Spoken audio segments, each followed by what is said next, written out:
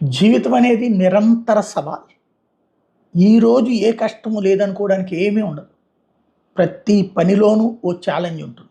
వాటన్నిటిని అధిగమించుకున్నాక ప్రశాంత జీవనం లభిస్తుందా అంటే గ్యారంటీ ఏం లేదు.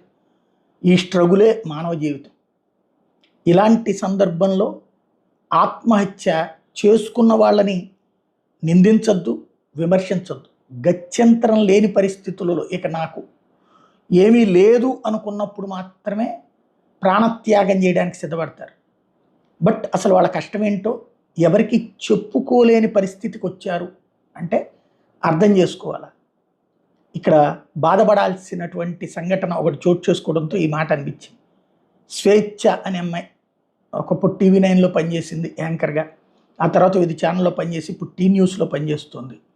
తను ఆత్మహత్య చేసుకోవడం సంచలనం సృష్టించింది. 9వ తరగతి